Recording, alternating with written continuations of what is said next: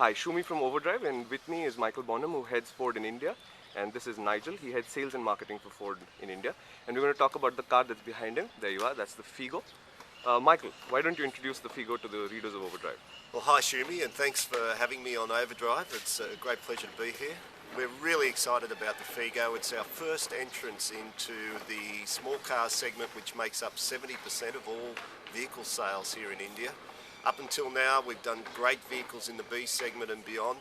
Now we need and we see a key role for Ford in this segment where 70% of all vehicles are sold. So the Figo is a result of tremendous work here by our engineering team in India, in alignment with our global product development team and design team. So Sundarajan, who was the chief program engineer, spent a lot of time developing his team here and then working with the team in Australia, the design facility, our European engineering team, and also our test facilities right across 11 nations in the globe. So this car is a global vehicle, really designed and built to meet the demanding Indian needs, but also designed and built to enable us to export the vehicle out of India, which is very, very exciting for us from our Chennai facility, where we'll be building and assembling the car. What can the customer expect from the Figo in terms of how hatchbacks go in India, and what is different, what is better in the Figo? Right. Well, it goes in against a very competitive segment. There's no doubt there's some great vehicles in the segment, Swift, i10, etc.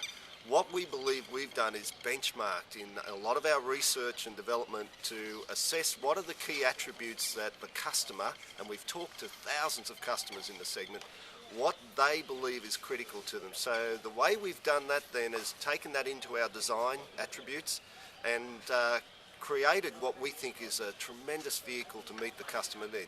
Let me give you a couple of examples. Class-leading interior space in this segment. Unbelievable luggage space relative to the competition.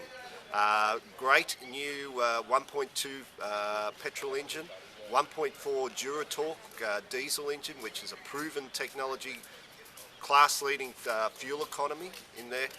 The other thing that the customer really told us they wanted was technology in the cockpit. And so to that we've responded with the availability of Bluetooth for the first time in this segment.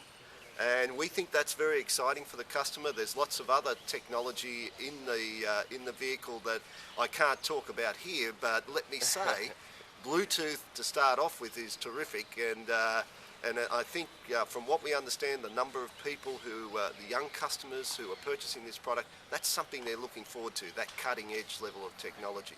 So that combination of attributes, class-leading interior space, class-leading technology, outstanding fuel economy, unbelievable ride and handling. Now, the great thing is I know you've just driven the product for some time yesterday, and you'll be doing it again today, and I know I got a lot of great reactions from you guys telling me what a beautiful car it was to drive. That's great to me because that's Ford's DNA, fun to drive.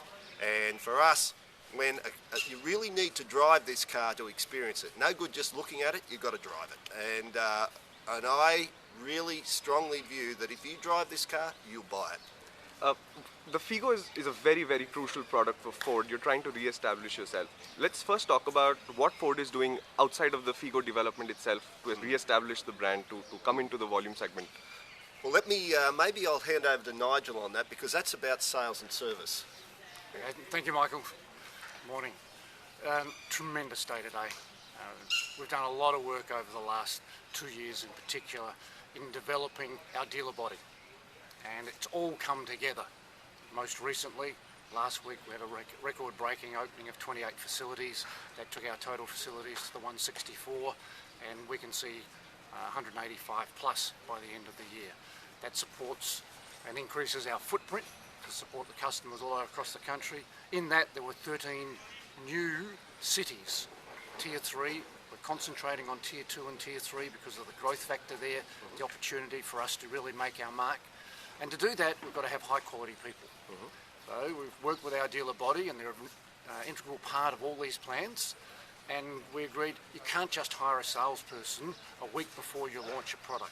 So put on over 1,000 salespeople, and they're all at a dealership for a minimum of 3 months. Okay. And we've supported the training program, training with the company, internal training plans at the dealership. We've increased the number of service technicians to support the increased use, and plans in place to upskill the total service department at all levels.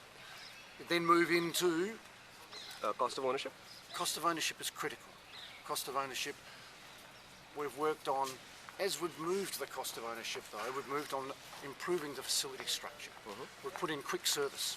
So now you can get your vehicle serviced inside 90 minutes. Okay. We have a team of people in the dealership that work on that part of it. They complete the service, and probably the thing that takes the longest is the car washing. Okay. No longer is it waiting in the queue for someone to get there with parts, etc., set up specifically to handle that part of the service. In terms of cost of ownership, we've been working very hard with our suppliers, increase reliability, durability, being able to break the product down into the smallest possible components to be able to fix those if there should be a wear at any point in time. Okay. Again, we've benched the competition, and we come in here very strongly. We like to think that we're going to be leading in cost of ownership with this car. Okay. Michael, back to you for a minute. When can the customers see the Figo in the dealership, and when can they start buying? Yeah, well, not long. It's another week. Okay. I think, Nigel, about what was it, the 25th of February? We'll have a vehicle. We'll have a vehicle in every showroom right throughout the country, and we'll start some advertising, teaser advertising at that point in time, saying get in, be one of the early adopters, and wait for the price to come not too long after that. Okay, last question to you is, what did you guys learn from in the development process for the Figo that we'll see in the new cars that will come from Ford after the Figo? Well, I think that is a really great question, because this is a first for Ford globally, and that's what's great about here in India. We've been able to look at what it takes to give a value equation. Forget about cheap, talk about value, and really that's all about a number of key factors, and Nigel touched on them. Localisation, we're really working hard with the local supply base. We've got 85% of this vehicle by value is built here in India, right, in terms of ourselves and our supplier body. Secondly, how do we efficiently and value added, in a value added manner, produce a vehicle where we can price position the vehicle, because the cost is at an extremely competitive level, because the cost base is lower. So we've looked at all aspects of the vehicle. We've taken a lot of learnings from our competitors here. So we tear down other vehicles, we look at what they've done, we take the learnings for that, and we implement those. Okay. So for us, it's a terrific learning experience, and it is going to be applied right across the Ford global range. So what happens after the Figo now? What Well, products? the great news for Indian consumers is we've committed that we're going to launch a new vehicle every 12 to 18 months from this launch. We are already hard at work for our next launch coming up in the new year, in 2011. It's going to be a terrific product, but today it's all about Figo. It's not the end of the journey, it's the beginning of the journey. So if we look at Ford, as we move into the next 5 years, we'll have 3 to 4 new products in the showroom, which is just going to absolutely excite the customer. And they will be from our global platform base. So the Blue Oval is coming back.